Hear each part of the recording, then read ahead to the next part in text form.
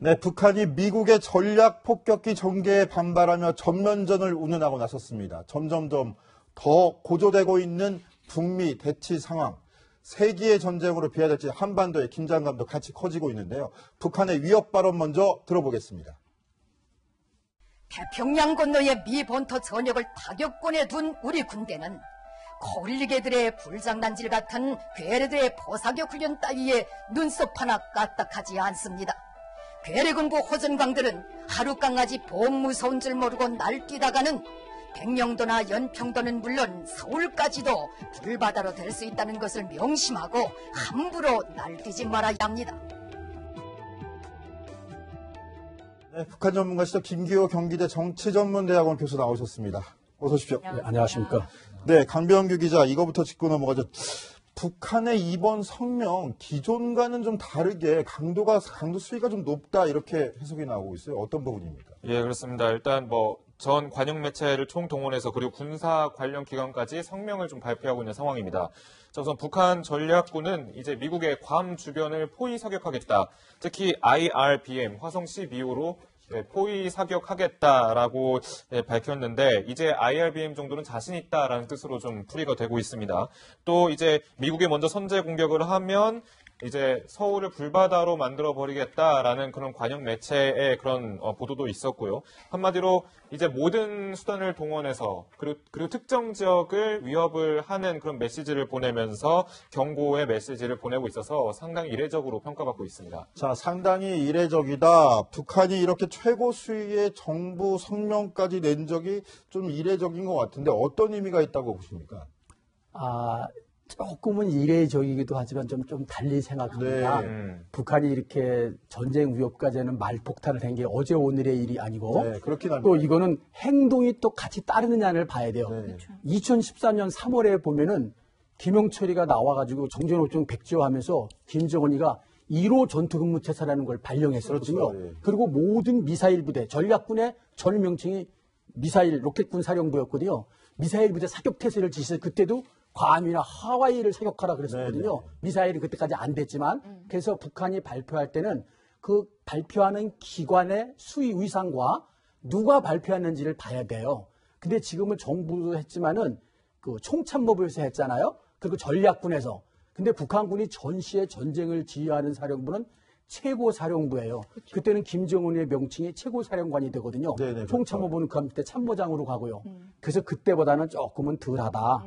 그리고 실제로 물론 화성 12호, 14호가 됐지만 실제로 발사하느냐 문제는 또 다른 문제, 다른 차원입니다. 그리고 준전시태세나 전시태세 명령 또는 1호 전시태세 명령을 아직 발령을 하지 않았거든요.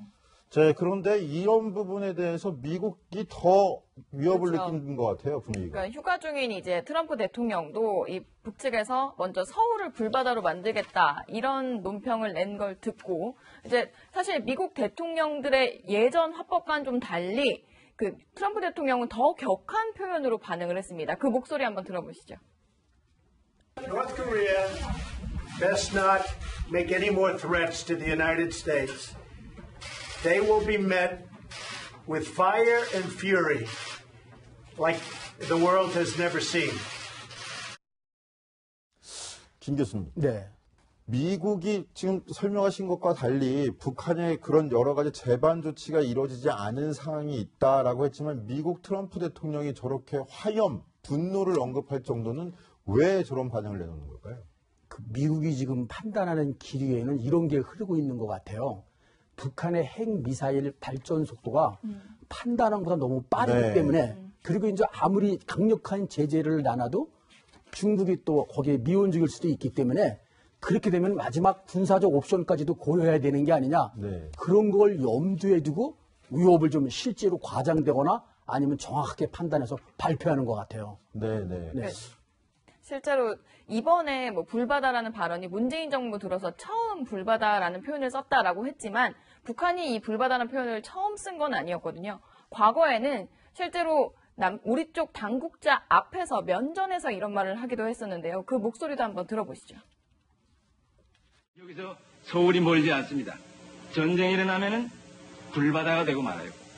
아니 지금 정 선생도 아마 살아나기 어려울 게예요. 다만 그걸 말이라고 합니까? 그렇기 때문에 아니, 이에 대해서 그럼 우리가 가만히 있을 것 같아요? 글쎄 어? 이렇게 여기에 대해서 아니, 지금 얘기하세요. 지금 심사숙고를 해야 된다. 전쟁 선언하는 겁니까? 그쪽에서 전쟁 선언을 했다는 거예요. 말은 왜 듣지 않고 무슨 아니. 자, 23년 전에 남북회담에서 서울 불바다가 거론됐었는데, 문재인 정부 들어서 처음으로 북한이 반응이 처음 나온 겁니다. 서울 불바다. 여기에 대해서 지금 방금 속보 들어왔는데요. 청와대 고위 관계자 북한의 서울 불바다론에 대해서 한반도 위기 발생했다고 보지는 않는다라는 평가를 내놨고요. 잘 관리하면 안보 상황 극복해 나갈 기회다. 또 코리아 패싱이란 말 왜 나오는지 이해를 못하겠다 이야기를 하고, 더 인상적인 거는 서울 불바다론은 도리어 내부 결속을 의미하는 게 더 크다라는 해석을 내놨다는 겁니다. 김기호 교수 보시기에 저런 청와대 고위 관계자의 평가가 어떻게 들리십니까? 일부분은 많이 맞고요. 네네. 어느 한 부분은 조금 제 생각하고 좀 다르다고 생각합니다. 네. 서울 불바다 말한 건 사실은 어제 오늘의 일이 아니라 늘 말폭탄이라 저게 무섭지는 않지만, 지금 이렇게 실제로 제가 볼 때 화성 12형을 괌에다가 발사하면 거기에 사드 1기 포대가 있거든요. 바로 요격됩니다. 날아가는 시간이 한 20분 내리 25분 되고, 그 다음에 그것은 미국의 바로 그 다음 타격으로 이어지기 때문에, 지난 2013년에도 대기만 하다 못했기 때문에, 그지만 다른 방식으로 할 것 같아요. 연평도, 제2의 연평도 포격 도발을 한다거나, 아니면은 제2의 천안함 같은 거, 또 그런 거를 충분히 기획할 수 있고, 또 제가 생각해 보면은 사드가 현재 제대로 사기가 반입 안 되지 않았습니까? 성주에? 네, 그렇죠. 불순분자들로 하여금 자생적인 세력이라 그래가지고, 그런데 침투해서 현재 2기 설치한 사드 기지를 폐로할 수도 있고, 아주 우리가 생각지 못한 다른 방법을 할 가능성은 충분히 있습니다. 자, 도리어